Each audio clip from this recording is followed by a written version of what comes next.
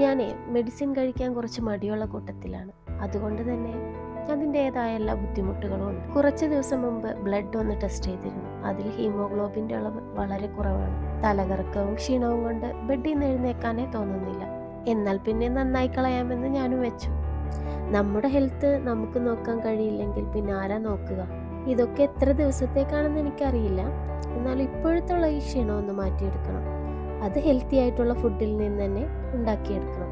ഇനി അങ്ങോട്ടുള്ള കുറച്ച് ദിവസങ്ങൾ ഹെൽത്തി ഫുഡ് മാത്രം കഴിക്കാമെന്നാണ് വിചാരിച്ചിരിക്കുന്നത്. ഇന്ന് ബ്രേക്ക്ഫാസ്റ്റിന് ഞാൻ എടുത്തത് ഓട്സ് ആണ്. അതിൻ്റെ കൂടെ ആപ്പിളും 5 നട്ട്സും 5 പിസ്തയും 5 കറുത്ത മുന്തിരിയുമാണ് ഞാൻ എടുത്തിട്ടുള്ളത്.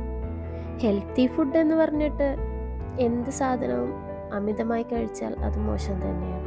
അമിതമായാൽ അമൃതവും വിഷം എന്നല്ലേ.